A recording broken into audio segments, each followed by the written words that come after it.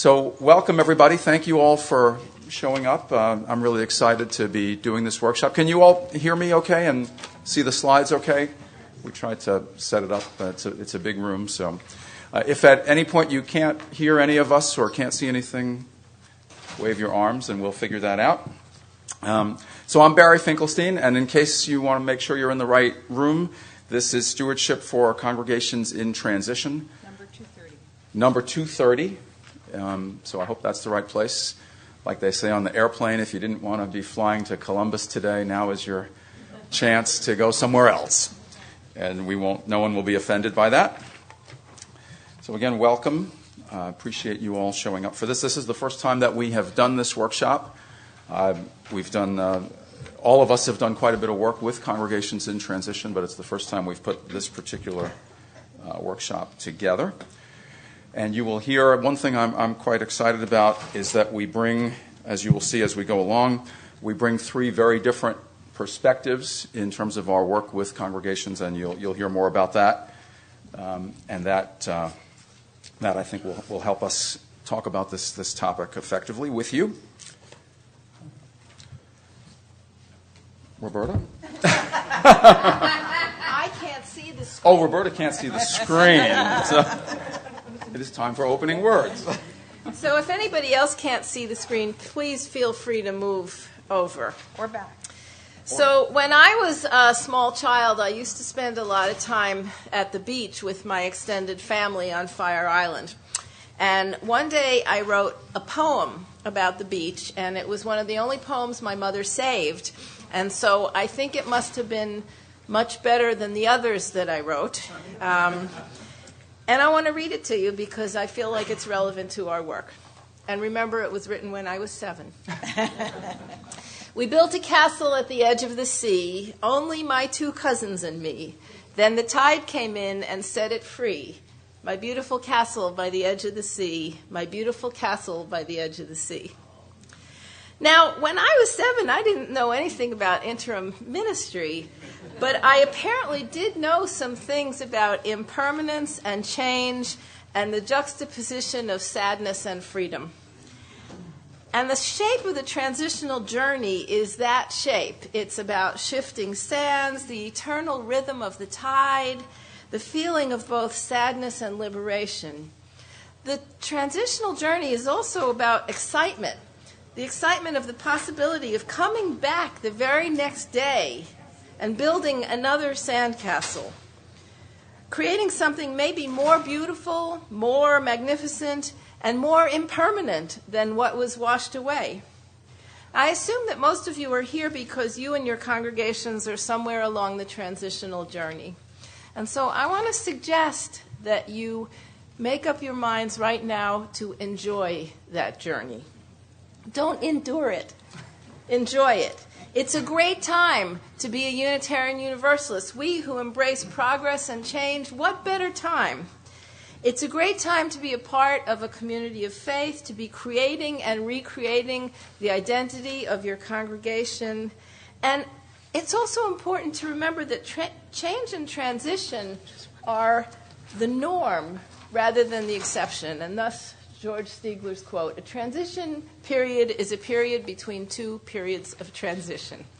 So let that kind of set the context for our work together this afternoon.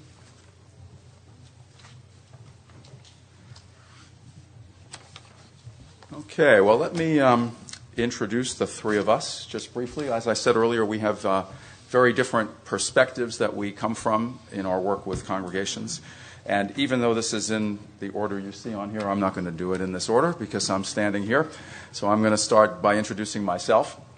So I'm Barry Finkelstein, and I'm one of the UU Congregational Stewardship Consultants with Stewardship for Us.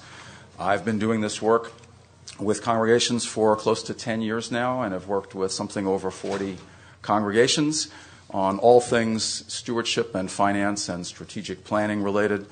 Capital campaigns, annual campaigns, planned giving programs, endowment. Some of you may remember the Congregational Stewardship Network, Congregational Stewardship Services that was run by Wayne Clark here at the UUA. I was one of the consultants with that. and we are now the successor organization since Wayne has retired. We work through congregational life through Scott Taylor, but we're a consortium of 4 consultants, Mark Ewart, Bill Klontz, Kay Kreider, and myself, that comprise Stewardship for us. And among my specialties with this group is working with congregations in transition of various kinds. So I'm excited about that. And why don't we let Andrea introduce herself? Hi, I'm Andrea Lerner, and I'm a UUA Congregational Life staff person. I've worked for the UUA 13 years, come August, and mostly in the Metro New York district.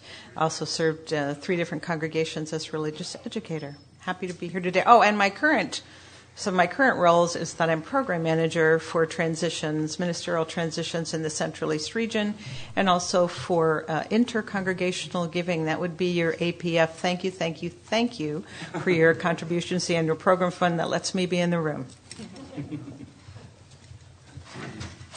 And I'm Reverend Roberta Finkelstein. I'm an accredited interim minister. I went into the interim ministry business after many years in the rest of ministry business, and I am now doing my 6th or 7th transitional ministry up and down the East Coast from New Hampshire to Florida and many places in between. Currently the developmental minister in Wilmington, Delaware. Thank you. One thing I did want to say by way of introduction, someone asked what the index cards were for. The index cards are for you to write down questions or comments as we go, and there'll be a time when we'll collect them, and depending on how many there are, we'll see how many we can address in the latter part of this, but we want to allow at least 15 or 20 minutes at the end for questions and discussion. And maybe if there are lots of questions, we'll allow more than that. So feel free to jot them down as we go. And you can, if you want to should we have them just bring them up to me and put them right here, and we'll. There's a time to collect. That'll be less. Okay, sure. They're in the back on a chair. If you didn't get. And we may run out because there's a lot of people here, but more. And we have more, so we won't run out. All right, so let's get a little bit of a sense of who you are. So how many of you are with congregations in transition at this point? Okay, so almost everybody, which I guess is not totally shocking. And how many of you are on your boards, the boards of your congregations? Okay, and how many on stewardship teams? Okay, smaller number. How many ministers? Oh, wow, quite a lot of ministers. Okay, terrific. And in terms of congregation size, how many of you are with congregations with more than 500 members, 500 or more members? Okay. How about 300 to 500? Okay. And 100 to 300? Okay. Fewer than 100? Wow. Okay. So quite a wide spectrum of folks. Very good. Okay. Well, good. Well, thank you again all for joining us, and I hope you will find this worthwhile. What we're planning to do for the next hour or so is talk a little bit about transitions in general, what they are and what they're not, from all 3 of our perspectives. Then we'll talk, and the second and third parts of this are mostly my piece as a congregational stewardship consultant. I'm going to give you some tips and best practices for how to do annual campaigns during the transition period. I get lots of questions about that in my wanderings among congregations. And then I'm also going to give you a decision-making framework or a tool for thinking through whether and how you might pursue a large program, a major program, say a capital campaign.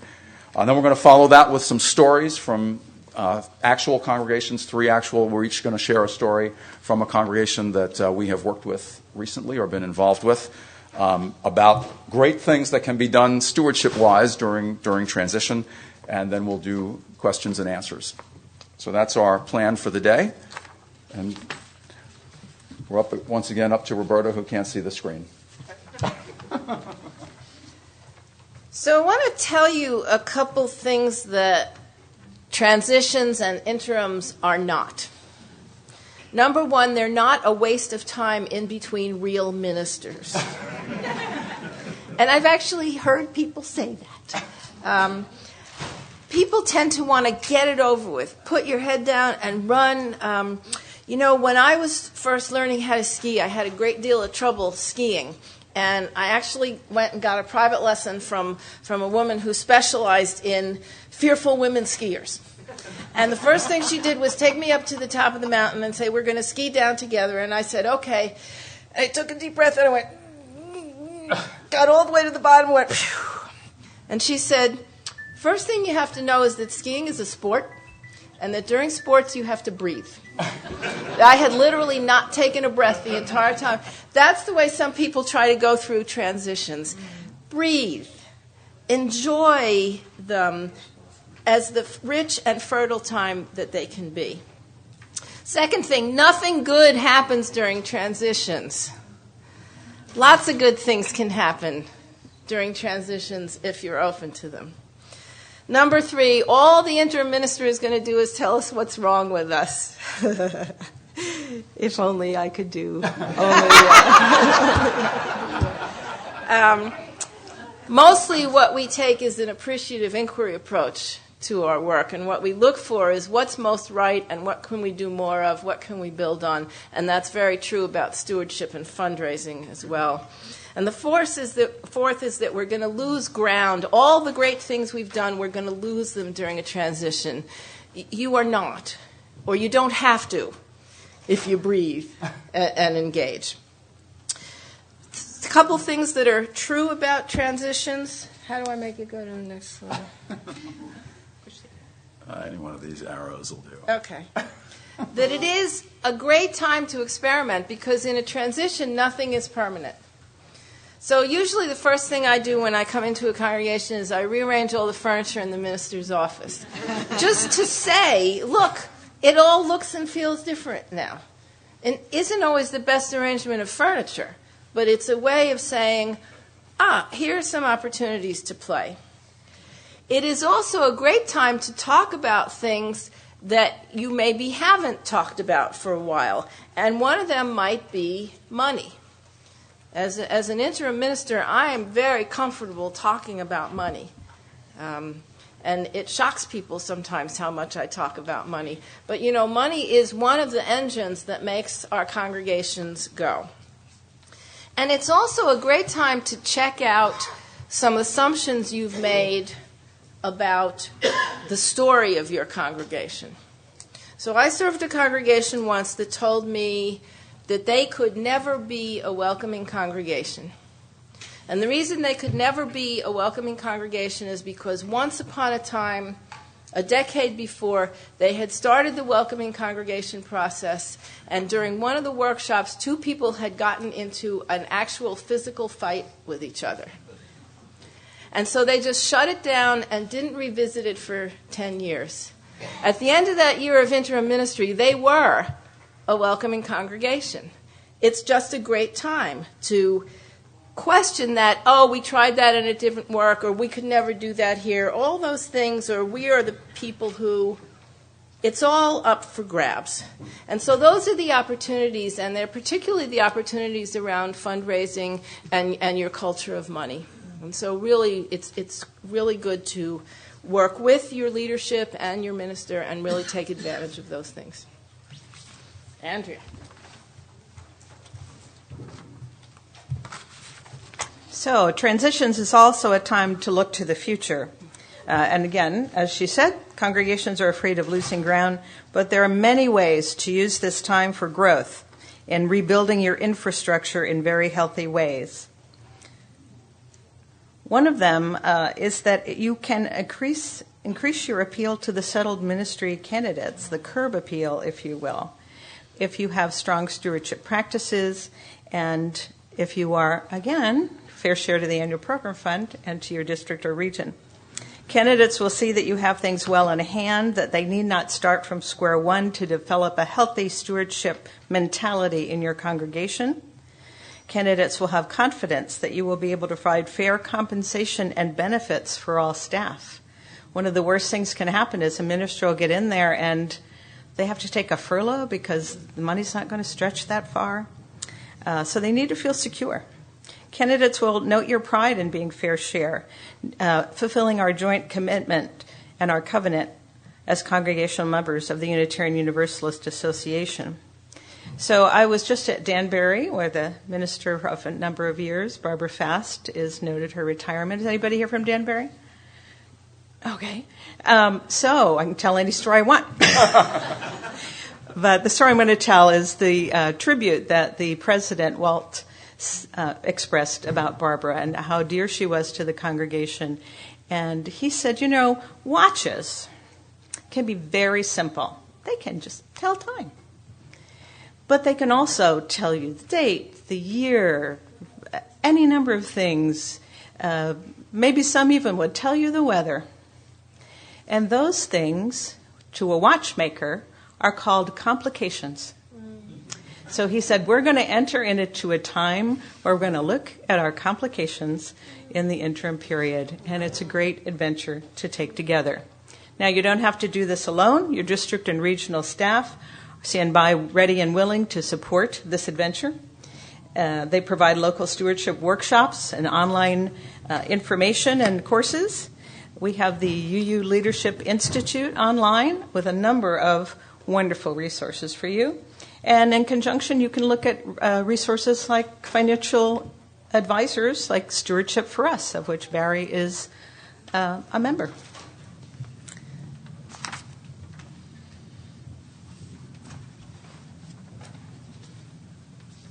Thank you, Andrea.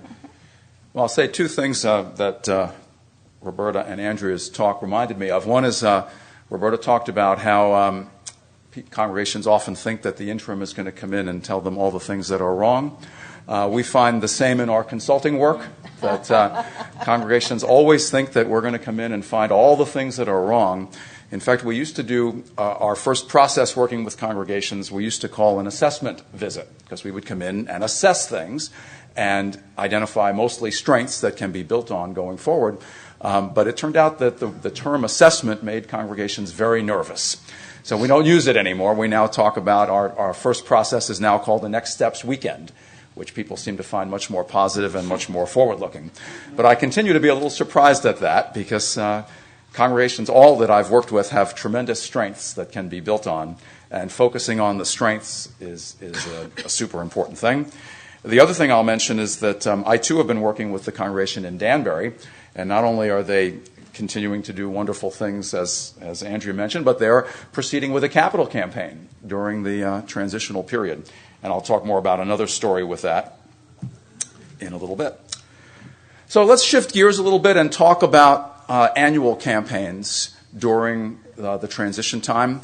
I hear, as I said, I've worked with, probably 10 or 12 congregations that are in various stages of transition on their annual budget drives. And there's often a lot of nervousness around it.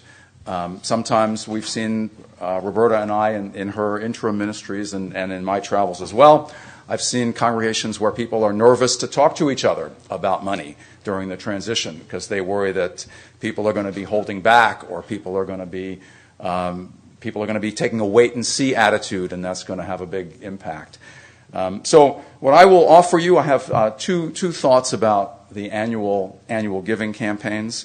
The first is that you should be, in my view, you should be very assertive and active with the annual budget drive. You should take advantage of the interim time as a time to really talk to one another. One of the things that I love about all things stewardship, and it's what got me into the stewardship business in the first place, was the process of talking to each other. I first learned about stewardship way back almost 30 years ago now at the Unitarian Church in Arlington, Virginia, where I was a brand new member. Roberta and I were brand new members. And a member of the board came to see me. Roberta was working, came to see me one day as part of the annual canvass. And long story short, we became great friends. I learned an enormous amount about the church and increased my pledge by quite a lot. And so for me, what the stewardship process is really all about is making connections. And the annual drive is an opportunity to make special connections, especially during the transition time. So I think an important part of that is creating a compelling case for being as generous as possible during the transition, so that you have something really powerful to talk with people about. Andrea talked about curb appeal for your ministerial candidates. I know sometimes congregations don't think in these terms, but ministers, when they're looking at your congregation, they're looking at all kinds of things about how to decide where they want to go, where they want to move their families. They're making a huge commitment, as are you. And they want to see solid finances, and they want to see very, very solid annual pledging. They want to see very solid generosity. They want to know, as Andrea mentioned, that their position is firm. And not only that, not only for their own compensation and benefits, but for the rest of the church program, the rest of the congregation's program and staffing. If you're coming in as a new minister, you want to know that everything is solid for at least the next several years or as far forward as we can see. So I'm a big fan on creating a picture of solid finances and talking very openly with one another in your congregation and explaining how important that is. One thing I'm not going to talk too much about, but I'll mention it. I'm a big fan of every congregation creating a multi-year out into the future financial plan. I like 5-year financial plans, and that's a subject of another workshop, but I'm a big fan of that. If you can create a 5-year financial plan that you can use internally to explain to people what's required or what do we need to do in terms of our own annual giving to support this plan. And then you can, of course, use that to talk with incoming minister candidates as well and lay out, we have solid finances, we have a commitment to this long-range plan. If you come here, you can be confident that all things will be pretty good as far as the finances go. The other two things I want to say is that in talking to people about annual giving, you want to really emphasize the ongoing mission of the congregation and the opportunity that the transition presents. Again, I see sometimes in congregations there's a tendency of some people at least to have kind of a wait-and-see attitude. We're not really sure how things are going to go because, until we get our real minister in place, maybe we'll put everything on hold. I think that it's a mistake to think in those terms, and you want to be talking to each other about not doing that, and instead about focusing on all the things that continue to be important in the congregation, our work in social justice, our music program, our religious education program, our welcoming congregation processes, our engagement with social justice issues of the day like Black Lives Matter and mass incarceration and immigration. We don't want to be putting any of those things on hold, nor do we want to be shortchanging any of those things in terms of resources. So I think you want to create a robust budget, and you want to encourage people to contribute to that robust budget and do it openly and unashamedly or unabashedly. Be very open out there with your fellow members. It's really a time to talk with one another and have everybody on board with this. So that's kind of the compelling message that I think you want to create. Is one element of the compelling message is that we want to be solid for ministerial candidates, and the second is that we want to continue our strong mission work and take advantage of the opportunity. Then at the same time, I think during the transition period, you want to be focused on strengthening your stewardship processes. As Roberta alluded to, the interim time is a time to rethink things, do things a little bit differently. Take advantage of one thing I like to tell congregations is that you can introduce something new or something that you've done in the past that maybe hasn't been as well received as it might have been, and you can say that we're doing this as an experiment.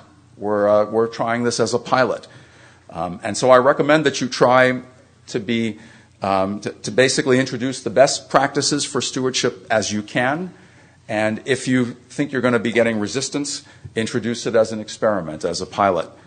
And of course, you want to be using the annual budget drive as a way to reach out and engage with people. Reach out to people who are current members, reach out to people who may be holding back, reach out to new members as they come in. Again, the process is a great opportunity for talking with one another, a once-a-year opportunity, really, for talking with one another about all the things that are strong in our congregations and all the things we'd like to do in the next year. I'm a big fan of using the interim time to build a solid stewardship infrastructure. By that I mean having a leadership team that will continue and have some process of reinventing itself or restaffing itself over, from year to year, so that when your new settled minister comes in, there's an easy way to run stewardship programs. In addition to a leadership team and a lot of volunteers, you want to be thinking about mechanisms or tactics for how you're going to do stewardship. I'm a big fan, as you can see from the third bullet on here, of one-on-one stewardship conversations, what we used to call the every member and friend canvas.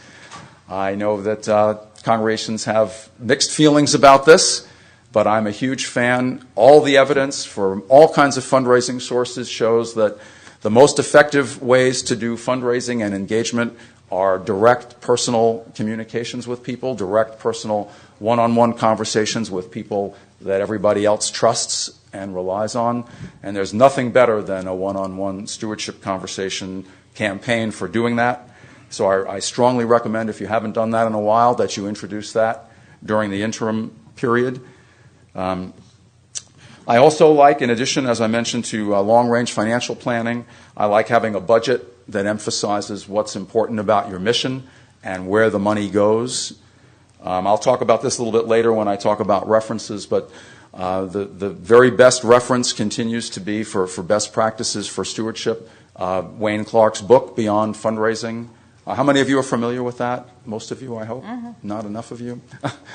You should buy it. It's something like $18. You can get it from the UUA bookstore. You can get it online. It's called Beyond Fundraising. I have it listed on a later slide among references.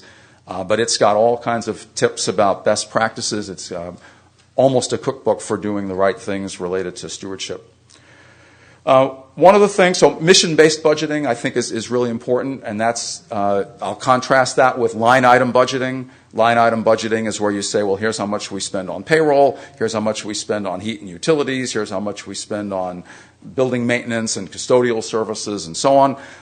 That's interesting for people, but in my experience doesn't really convey very much about how the money is used.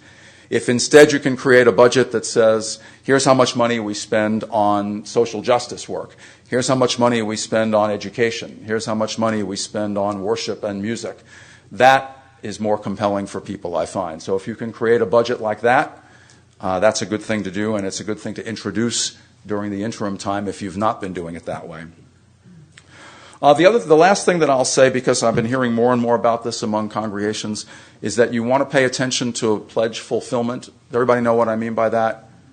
People paying their pledges, basically.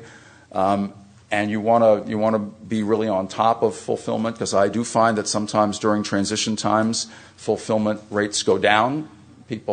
Some people have a tendency to want to hold back. And what I recommend is that you have a team in place to look into fulfillment, and that they pretty aggressively track people's payments. And very soon after anyone falls behind, someone should call them. And you should treat it as kind of a pastoral outreach call. Hey, we noticed that you've fallen behind on your payments, and we're a little concerned about your connections to the congregation. Want to make sure, is there something we can do, or is there something going on in your life that we should know about? I recommend that you really stay on top of that. I recommend that generally, but particularly during the transition time. I get a lot of questions about that from congregations. So that's my tips for creating a really solid annual budgeting process, an annual budget campaign annual budget drive that you can use during the transition and have in place for going forward. So let me talk a little bit about this decision-making framework before we tell you about some stories from some actual congregations. One of the things I find in my congregations is that many congregations, when they invite us stewardship consultants in, they're thinking about some big project. Not always. Sometimes we're called in just to help with annual budgeting or with a planned giving program, although that can be a big project. But often congregations are looking to do a capital campaign and a building project, some major program. And then all of a sudden you're now in ministerial transition, and what do you do? And so I'm going to talk to you a little bit about that for the next few minutes. And these are some things that I have seen congregations working on that fall in the category of potentially large projects that might be put on hold during the transition. The conventional wisdom is that you put many things on hold from a stewardship standpoint, particularly things like a building program and a capital campaign. And sometimes that is the right answer. But I'm here to tell you that that's not always the case. And I think instead of sticking to the conventional wisdom and a knee-jerk reaction of saying, oh, we can't do this now, let's put it on hold and wait and see what happens, here's a way to think about some of these things in differently. So what I'm going to give you, by the way, there is a handout that looks like this, and you don't have it because we're trying to be green. And so it's all available online. As there's a URL for this, which I'll give you in a little while. And we do have a few of these that some of you should take, since we have about 20 or 25 of them. But reserve them if you really don't have computer access, please. Yeah, but I think they'll be more useful to you if you get them online anyway, rather than in paper. But what we have created here is a kind of a tool for thinking through your congregation and what you might be able to do and what you might not do. So if you're thinking about a building project, and all of a sudden, just as the folks in Danbury have been doing, and all of a sudden, and it's not super sudden, but now your minister is resigned, and you're going to be or retired, and you're going to be getting an interim, do we put the project on hold or not? That's the basic question congregations face. And so I've laid out here for you 9 factors that I look at when I'm working with a congregation and thinking about whether to put something on hold or not. And you'll see that when you actually look at this framework, you'll see that there are some sub-questions about each of these, and I'll talk a little bit about some of them to give you some examples of what we're talking about. But the whole idea is to kind of do a quick assessment of your congregation and this project and where you are, and make a decision about whether it makes sense to go forward or not, rather than just saying, well, we can't do this now because we're in interim mode. So I'll talk about some of these. Maybe I'll talk about all of them, depending on how long this takes. But the first thing to think about, I think, is goals and priorities. When you're in a transition mode and you're working with an interim or a developmental minister, your congregation will have some goals and priorities that you want to accomplish. And a question to think about is, how does this project, let's say, for argument's sake, let's think about a building project or a capital campaign. How does this project fit in with the goals and priorities? If it's a strong fit, then that's a good reason to go forward with this. If it's not a strong fit and you've got lots of other priorities, maybe during the interim process, one of your goals is to strengthen religious education. So you have to ask yourself, will this building project be a distraction for these goals? Do you have enough resources, by that I mean people power, to do both of these things at the same time? Questions like that will help you sort out goals and priorities and how well this project fits in with what you're trying to accomplish. Leadership is an important thing, and by that I mean 2 different things. One is often the project is somewhat underway, at least what I see in my travels. Project is somewhat underway, and all of a sudden you're in a transition time. So the question is, how strong is the leadership of the project, and how well trusted and respected are these folks in the rest of the congregation? Because that's really important for carrying out a successful project at any time. And then the second is, how does the rest of your congregation leadership feel about the project? Are people really on board with it? Are people eager to support it? Is this an important project? One thing to keep in mind as far as putting things on hold that sometimes congregations don't realize, if you have a building project, often putting it on hold means putting it on hold for several years, right? Because if you're going to put it on hold and then you're going to have a 2-year interim and then you're going to have a settled minister come in, you're probably not going to want to start the building project and capital campaign on day 1. So most of the congregations I talk with, you're really talking about 4 years or 5 years before you can get going again. And there's always a danger of losing momentum, losing energy, losing enthusiasm. So that's really important when you're thinking about it. Financial position of the congregation, how strong are your finances? That's important anytime you're thinking about a capital campaign or a building project. Donor cultivation, that's key. Do we already have donors, major donors on board? Do we already have advanced money in hand? If we have that going, then again, putting things on hold can be very risky. How are your major donors going to feel about that? So overall energy and mood the congregation. Ask yourselves, are we feeling in a positive mood? Do we want to take a big leap at this point and continue with this capital campaign? Are we feeling kind of down and negative about things?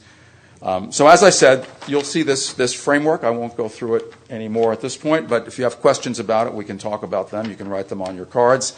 But you have a framework here, and what I recommend is that you think through each of these factors and the sub-questions, and maybe you add some more factors if they're relevant for you, or don't use them all, and kind of score the project based on these things, and then think through, do the positives outweigh the negatives or the risks, and how does it feel about going forward with this? So I think if you have kind of a standard framework or a standard tool for doing that, it's much more helpful than just thinking automatically, hey, let's not do this. So this is where you'll be able to find the framework. And you'll see at the end there's actually a URL for all of the materials from the workshop. So there are 2 handouts, and the slides will be up. And I'll show you that in... Just write down the first one if you're writing. Yes. Because the second one is the same thing. It's just really long. Yeah. Andrea created the tiny URL instead of the big URL. It's also in the app. Oh, it's... Oh, okay. Okay, very good. So it's in the app if you have the General Assembly app. I didn't know that. So you can probably find it now if any of you are online. And you can look at the framework and see if you have questions about it while we're doing this. I was going to try to show it on the screen, but I'm nervous that we won't get the slides back. So maybe at the end. Maybe at the end I can show it. Yes, then no, I won't worry so much about it. So at this point, we thought we would take like a 10-second break and see if you have questions that we will come and collect.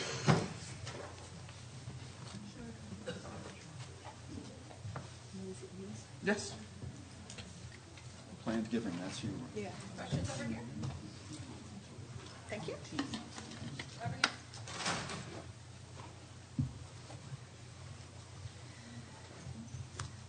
And while Andrea and Barry are sorting through the questions, and you can, of course, continue to jot down your questions, I want to tell you a story about planned giving, endowment giving during an interim. And I do have the congregation's permission to tell this story. 3 interims ago, I was in Burlington, Vermont, and I did the 2nd and 3rd year of their interim ministry because the first year became a huge conflagration conflict that happened very rapidly and got very hot and blew up. And it left the congregation shocked at themselves. Both the interim minister and the assistant minister left during that time. The rest of the staff just felt like they were in a foxhole and didn't even want to pop their heads up. And when I came, the first thing I said was, we're not going to do anything until everyone can be in the same room together again. And so we worked for several months on just, I don't want to talk about who started it or who did what or who said what. We're just going to be together. And then they remembered how much they had liked being together before this thing happened. And very soon after that, the folks who had been the Legacy Giving Committee came to me. And they said, look, we had a really robust legacy giving program here. We had a goal of talking personally to 20 families per year and asking them to put this congregation in their estate plans. And when things started to get weird, we stopped because every time we called and went to see someone, all they wanted to do was talk about which side we were on in this conflict. So for several years, they had added nobody to their legacy giving program, but they saw the opportunity not only to go back to doing their work, but to also be conduits for some healthy congregations in this healing process. And so I said, okay, I actually think it's a good idea. I think it's time that you could start talking to each other. So what would be your goal for this year? And they looked at each other, and there were 3 of them on this committee, and they said, well, maybe we could each talk to one family this year. I said, fine, that's a fair way to start. It took courage to even say we would go out and do this one visit. And they each came back from that one visit and said, we think we should go back to the 20 families a year, because the conversations were so rich. And I'm not saying that every single one they talked to immediately put the church in their estate plans, but they started to, again, plant this seed that as you're doing your estate planning, think about this congregation. This is a congregation in Burlington, Vermont that is a very old historic congregation. And so it's very easy to say, you know, you're reaping what you did not sow. Sow something that you will not reap. It makes perfect sense to have that kind of legacy. And they now have a very robust legacy giving program again.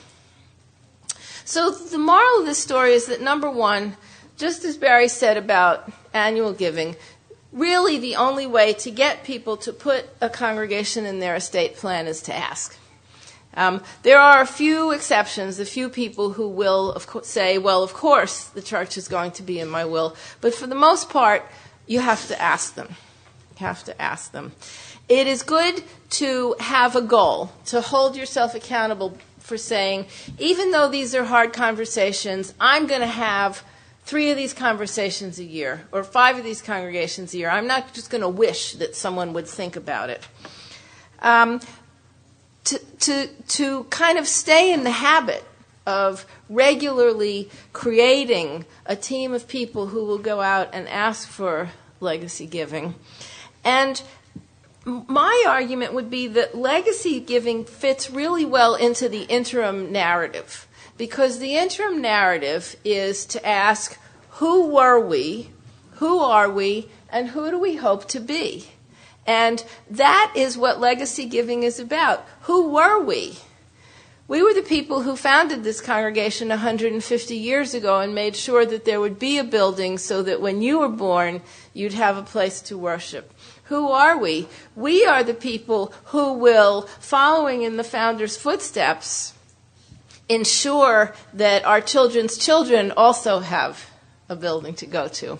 When the Arlington Church did their huge building campaign, we had a building dedication, and Sue Phillips was the director of religious education at the time. And in the children's story, she brought the children up and she said, look at this beautiful new building. Your parents paid for this building.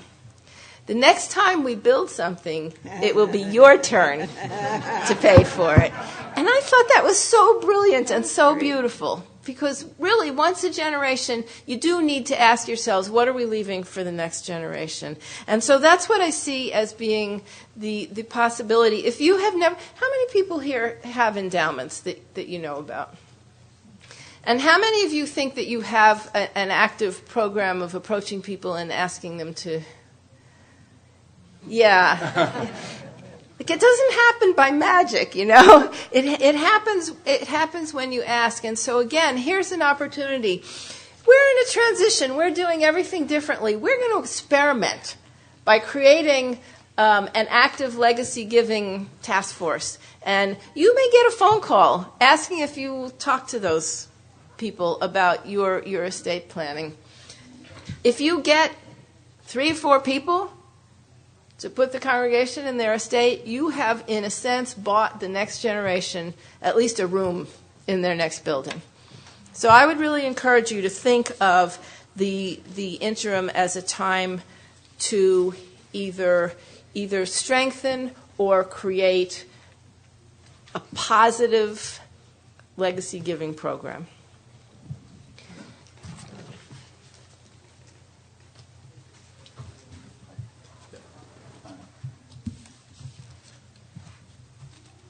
All right. So I wanted to tell you, we already talked a little bit about the congregation in Danbury doing a capital campaign and building project during transition. Danbury is not a huge congregation. There are maybe 150 members, 200, something like that. And their project is not a huge project, but they're going forward with it and excited about it. This is a little bit different. First Universalist Church in Denver is a large congregation, and they're doing a large project. And I've been helping them with their stewardship and their capital campaign for quite some time now. And this was one where all of the conventional wisdom would have been to stop with the transition right in the midst of this very large project with lots of money. And we're talking somewhere around a $4 million project. But they did a deliberative decision-making process. And although it was deliberative, it was quick. And by quick, I mean less than a day, to decide whether to go forward with this or not. And they decided to go forward. They decided that they had basically a lot of momentum. They had the right leadership on the team, leadership that had the confidence of the entire congregation. They had lots of well-positioned donors, including some very major donors. And the project was super essential. They knew that to continue with they're having some growth, and they want to be doing some different things, and the building project they had planned is essential for doing it. So it fit in with all their strategic plans. So basically, without taking a whole lot of time, they got together the leadership, the remaining staff, and the board, and decided to go forward with the project. And it's been wildly successful. They've raised. The campaign is still going on. It's pretty close to reaching the goal, but it's certainly enough money to go forward with the project. And this was one where really it would have been, if you had thought about this in a kind of straightforward, knee-jerk way, you would probably have said, "There's no way to go forward with this right now." But that was not the case. And by the way, I also have permission to share their story with you.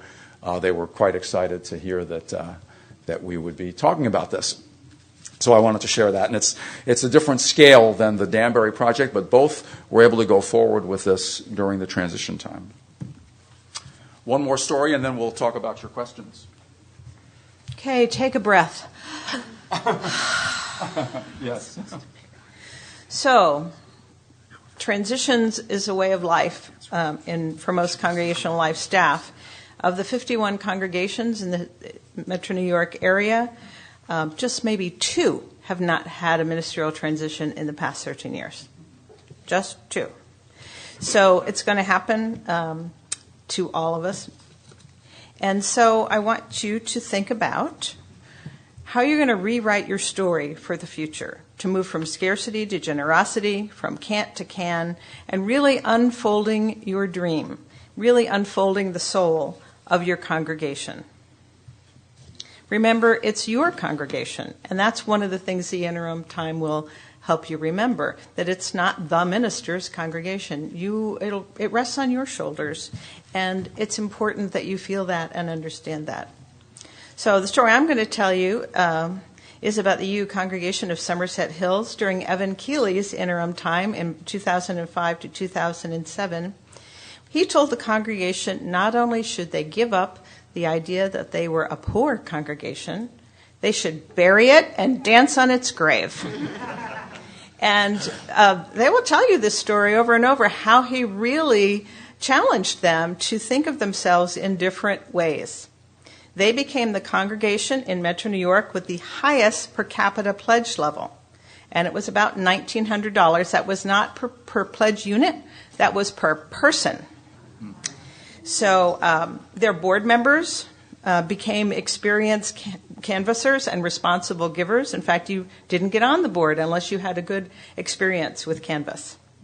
They maintained a stable membership level over the interim time, which allowed them, all of these things, to maintain a full-time minister and a full-time educator, half-time administrator, with about 140 members, which is a pretty good record. Shortly after Evan's time with them, they were able to move forward on their plans to leave long-term rented space. I mean, like 13 years. They were in a van and unloading every week at a college to purchase their first home. And near and dear to my heart, not related necessarily, these people were so conscientious and responsible and ethical, they delayed dedicating their building until they had the funding to remodel it to be physically accessible by putting in an elevator. So bless their hearts, and bless your hearts.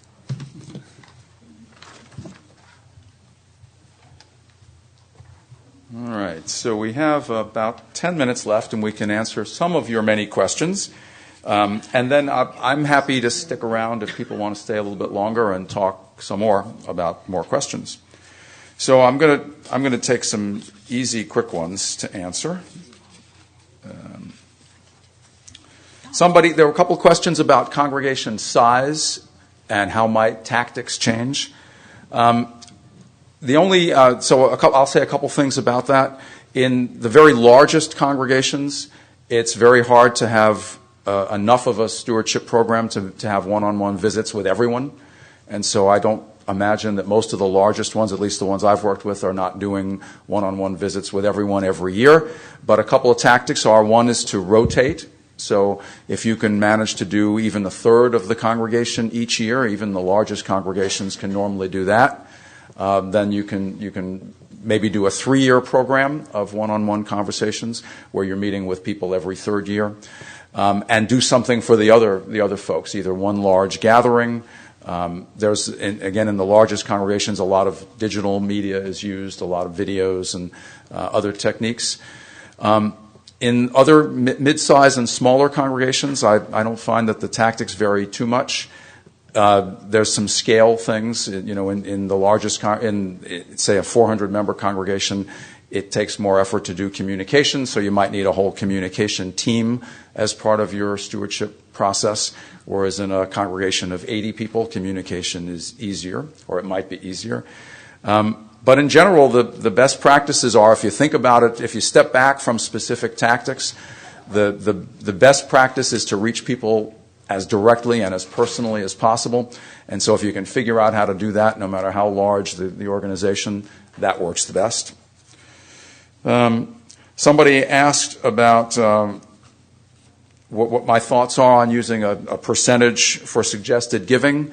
Not sure what they meant by percentage. Maybe percentage of income. Is that what the questioner meant? Yeah, I get that question a lot. So I do like that. I like using the UUA's giving guide, which has been developed and refined over many years. It actually was developed initially by a congregation. The giving guide is based on only 2 things, on people's level of commitment and their financial capacity. And I think that's nice. I think it's nice to keep it real simple. The other thing, I'm not a big fan of changing the guidelines every year. I know many congregations like to do that. Every year they have a new guideline, whether it's a fixed dollar amount or this year we're going to ask people to give 3% of income. This year we're going to ask people to give at least $1,500 if they're not.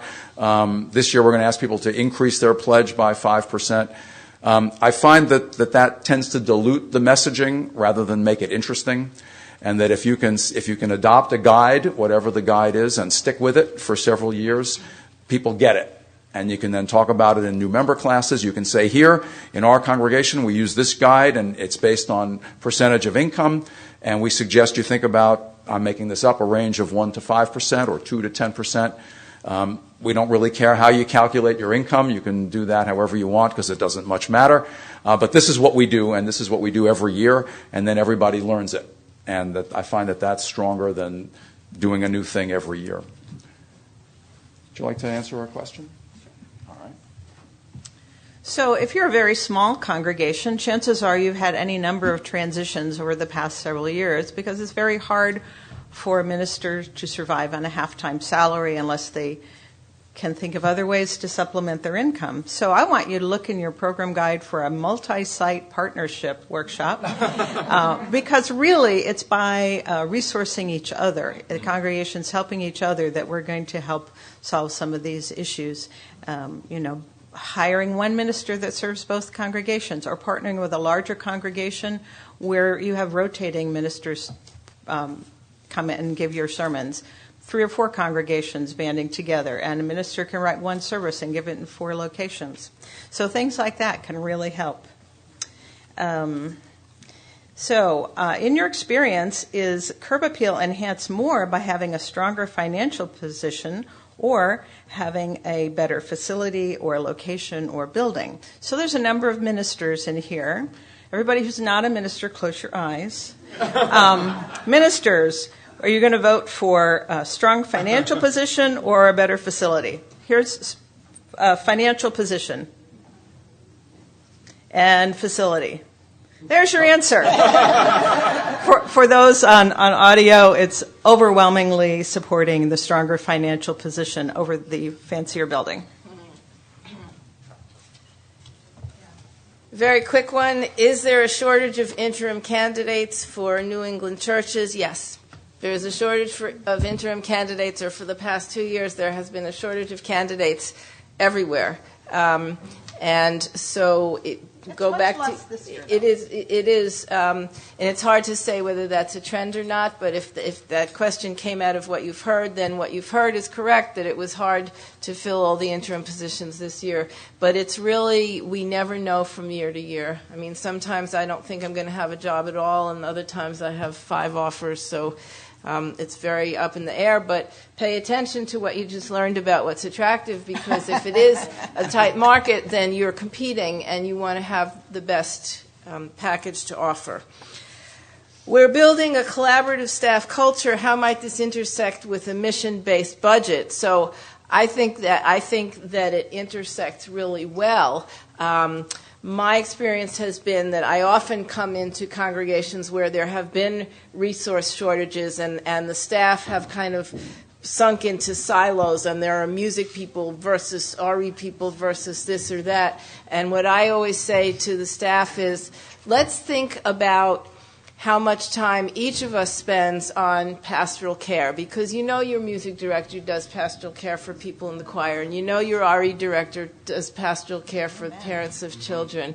And let's create that slice of the pie. And then let's think about how much time each of us spends on worship. And let's think about how much time the minister spends on religious education. And once you have a staff thinking together as a team about all of the ministries of the church and understand and make it obvious how much all of us are invested in all of the ministries of the church, then you can communicate that to the congregation with great clarity. Should I do one more? We have another idea too, but do one more. Oh, okay. Do one more. What activities and programs can a stewardship team do to cultivate the congregation's identity as stewards? Well, you know, if you go to a one-on-one conversation campaign, then you're going to have to recruit a lot of people to be trained to do those one-on-one conversations. And even though the recruiting and the training takes time and it's a pain in the neck, every single person who's recruited to be a steward then becomes a stakeholder in the success of that stewardship campaign. And every single person who has a positive conversation with someone in their home, not only do they come back and say, oh, that was sometimes not as bad as I thought, but sometimes, oh, that was great. You know, I didn't realize how much fun I would have.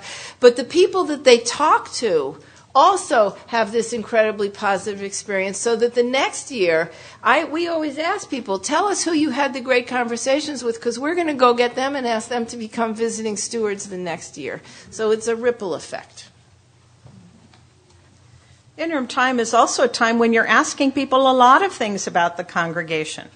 You know, what their success is in different programs, or how happy they are with different things. And you're asking them to dream big. So why wouldn't you continue those conversations about stewardship in that same time? So I know we have a number of interim ministers in the room. And if you want to come up to the microphone and share a story about something wonderful that happened during your interim service with stewardship, we would love to hear that.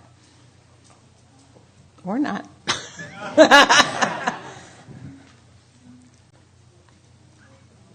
Okay.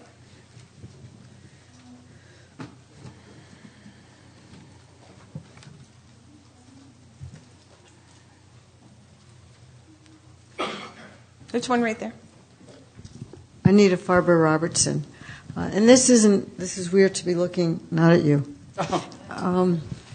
This isn't necessarily about the congregation I'm now serving, but it is generically true among several. I've done 10 interims. And I do house meetings early on in the first year of my interim ministry where we try to get 100% of the congregation to a house meeting.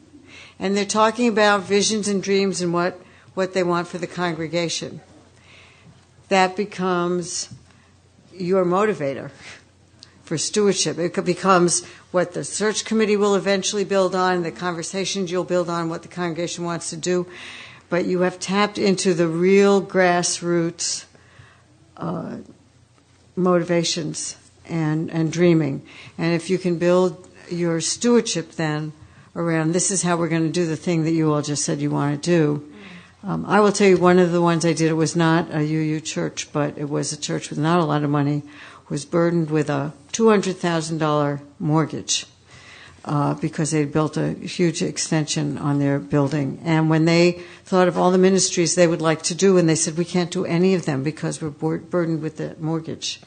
And they were looking at celebrating a eventual 100th anniversary in a year and a half. And we set a goal of retiring the $200,000 mortgage in a year and a half. And they did it.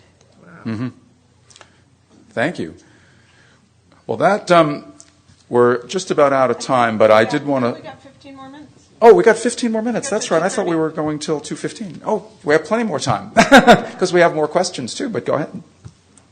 Thank you. I'm Catherine Senghas. I'm an interim minister. I'm serving our congregation in Reading, Mass., and I have a similar story about the mortgage. So I'm a brand new interim, and when I was looking at congregations to do my interim at, this church that I'm presently at said we were getting ready to do a special campaign, and now we suddenly are losing momentum. It'll be 4 years.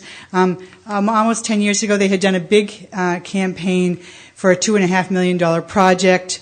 They only raised $1.7 million. They did the $2.5 million project. They took out a big mortgage that's strangling their budget to the tune of about $50,000 in debt service every year. Congregation of only about 280 people. So they were looking for an interim minister who was not afraid of wrestling with them. And my background is in nonprofit management, and so I thought this would be fun.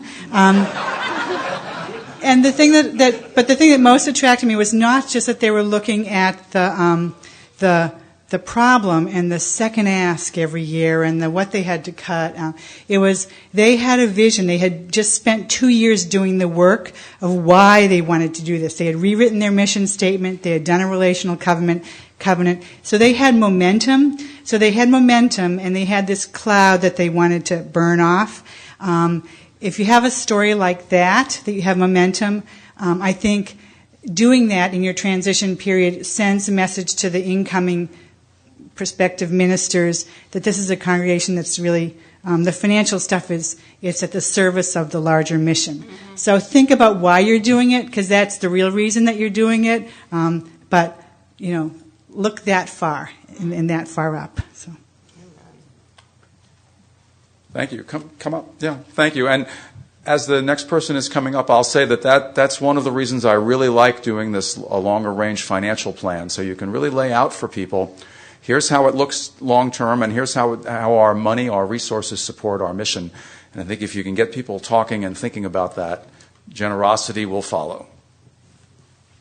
My name is Jenny Barrington. I've been an interim minister for 8 years with the Fort Wayne congregation for 2 years. Their roof, a very special roof, very special architecture, was going to fall in with the first snow if we didn't raise the money to have it fixed. When people are scared and hesitant about a capital campaign for a building project, I think it helped us in Fort Wayne that we absolutely had to. Mm-hmm. I think that if people can put it off, they would like to, and maybe they need to think more in terms of if we really want to be our best self as a congregation, we need to do this building project. But with Little Rock for 2 years, even any fundraising need is the opportunity to come together, to feed people, to have festivities, to celebrate what we're proud of, to have some music, to have some prizes.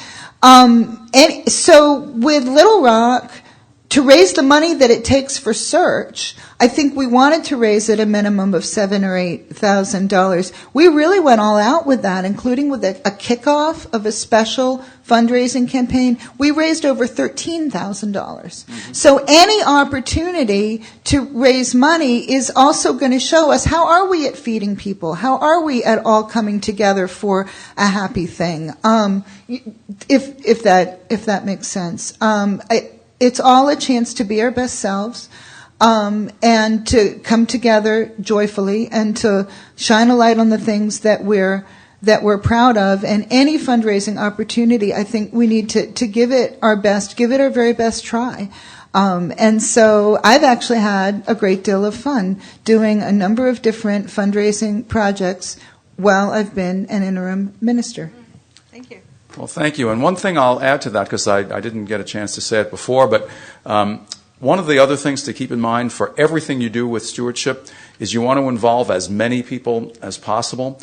And this talk about parties and feeding people and fun and food, in my experience with every single congregation, it's very easy to find party people. It's very easy to find music people. It's very easy to find food people. And those people will almost never sign up to be on stewardship if you recruit volunteers for stewardship. But if you go out and you seek them out one-on-one and you say, Joe, I know you are a great party planner. We want a big event. We want music. We want balloons. We want fun because we're raising money for the search or we're raising money for the roof or we're raising money for anything. Joe doesn't care. Joe wants to do a party. And now all of a sudden you've got somebody new who's on the stewardship team. And the person doesn't have to go to any meetings, doesn't have to sign up long term. All you need is someone to do parties. You can get someone to do web work that way. You can get someone to do posters. You can get someone to do food. These people exist in your congregation, and if you advertise for them under the banner of stewardship, you will never find them. But if you go out and find them, you will, and you'll involve them, and all of a sudden, your stewardship program has a lot of people involved. In San Antonio, we were doing the Searching for the Future weekend, and so we made a flyer and we called it Fork It Over because we're having a big meal.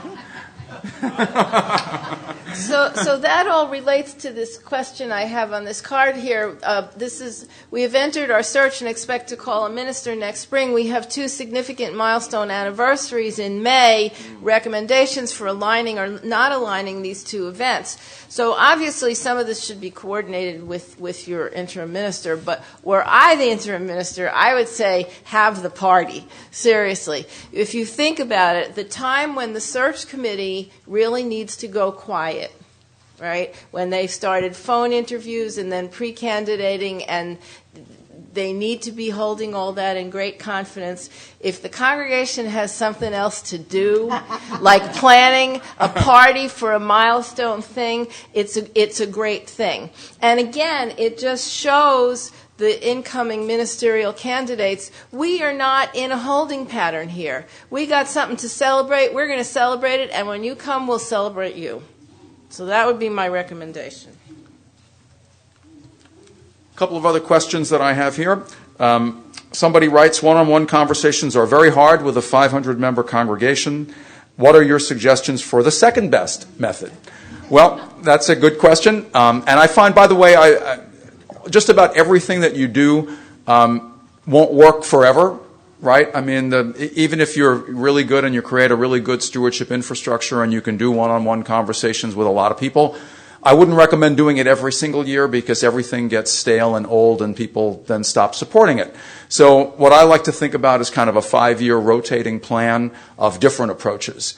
And the 2 things that I like that I think are kind of tied for second best, one is some sort of small group gathering, cottage meetings, like the interim minister who mentioned getting people together for small group gatherings, for small group dinners. That's very effective because it's almost as personal as one-on-one, but it's a little bit easier to organize and it's a little bit less threatening for people to come to a gathering of 8 or 10 people. And you can still make all of the stewardship conversations that you want in that gathering. So that's one that I like as the second best. And the other is some sort of a miracle Sunday or commitment Sunday where you make a really big deal and you have some build up over some weeks, and then you invite everybody to show up for a big event on a Sunday, and everyone makes their financial commitment or their pledge right there on the spot. So those are the two that I know of as the very best. The least effective are things like mail campaigns and email campaigns and phone campaigns. You can do those for parts of the campaigns, but as far as generating energy and enthusiasm and money, those are not as good.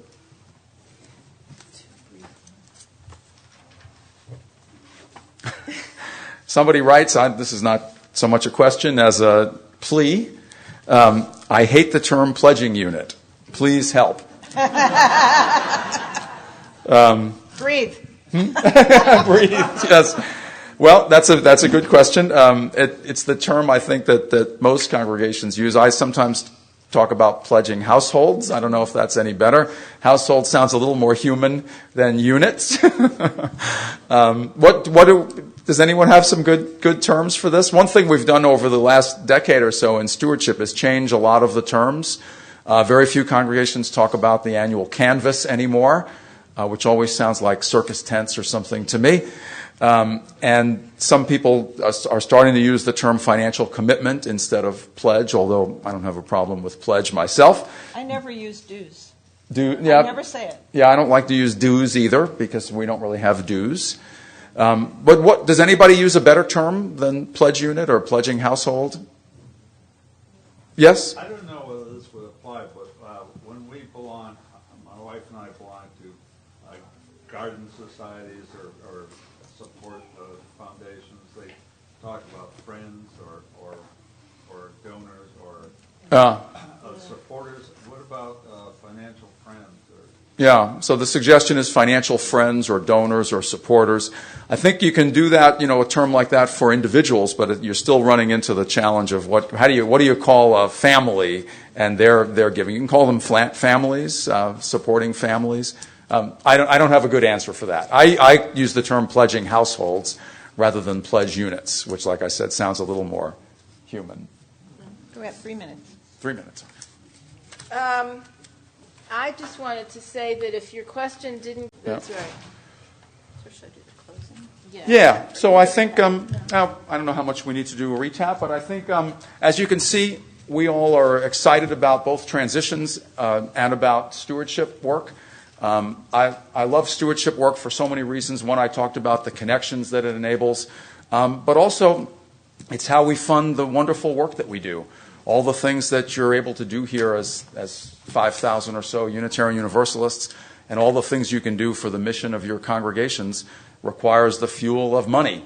And if we don't talk to each other about money, we won't have as much of it as we could have. And I mean, that's just the bottom line. I'm convinced that we Unitarian Universalists have a lot more resources than we make available to our congregations. And we have not been that good over the years at asking one another to make major contributions. And I see us getting better at that, and I like to build on those strengths. And I think we can take advantage of the transition time as a huge opportunity for doing that. And I